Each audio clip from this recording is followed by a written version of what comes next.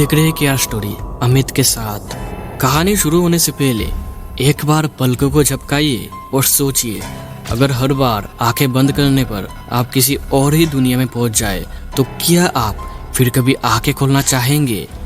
कहानी का नाम है पलकों के पीछे। आरब एक आम लड़का, उम्र 28 साल, एक ग्राफिक डिजाइनर जो ज्यादातर वक्त अकेला ही बिताता है। हाल ही में एक एक्सीडेंट हुआ था। डॉक्टर ने बेड रेस्ट की सलाह दी थी। दिन में मोबाइल, रात को तकिया, बस यही उसकी जिंदगी रह गई थी। लेकिन एक रात जब उसने आंखें बंद की, वो किसी और ही कमरे में था। दीवारें काली थी, घड़ी उल्टी दिशा में चल रही थी और सामने एक लकड़ी की कुर्सी पर कोई बैठा था, सिर झुका हुआ। सांसों की आवाज तक सुनाई नहीं दे रही थी। आरब चौंक कर उठ बैठा, पसीना नमी बनकर बह रहा था। चलो, वो सिर्फ एक सपना था, उसने खुद से कहा।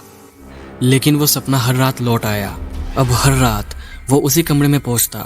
हर बार कुछ नया, कुछ ज्यादा डरावना। एक रात दीवारों से खून टपक रहा था। दूसरी रात कुर्सी पर बैठा शख्स धीरे धीरे खड़ा हुआ और आरब की ओर देखने लगा, पर उसकी आंखें नहीं थी, सिर्फ काले गड्ढे। आरब चीखा, लेकिन वो आवाज उस दूसरी दुनिया में कहीं खो जाती है। आरब अब खुद से डरने लगा था। नींद उसकी दुश्मन बन चुकी थी। वो डॉक्टर से मिला, पर जवाब मिला, ये स्लीप पैरालिसिस है, सब तुम्हारे मन का वहम है। लेकिन आरब जानता था, वो जो देख रहा था वो सपना नहीं, सच है। एक रात आरब ने तय किया, अब भागूंगा नहीं, जो होगा देखा जाएगा। उसने गोलियां ली, मोबाइल बंद किया, कमरा अंधेरे में डुबो दिया, सारे के सारे लाइट्स बंद करके।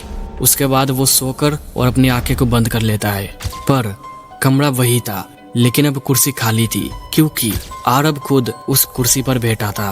अगली सुबह आरब अपने कमरे में मृत पाया गया। आंखें बंद थी, चेहरे पर एक हल्की सी मुस्कान थी। उसका लैपटॉप खुला था, स्क्रीन पर एक लाइन टाइप हुई थी, आई एम स्टिल हियर, पलकों के पीछे। तो अगली बार जब आप अपनी आंखें बंद करें, सोचना जरूर, क्या आप भी कहीं पलकों के पीछे तो नहीं चले गए। तो दोस्तों, आज की कहानी में बस इतना ही। अगर ये कहानी आपको पसंद आई हो तो लाइक शेयर कमेंट जरूर करें। तो मैं आपका दोस्त अमित जल्दी मिलूंगा एक और डरावनी कहानी के साथ। तब तक के लिए बाय एंड टेक केयर।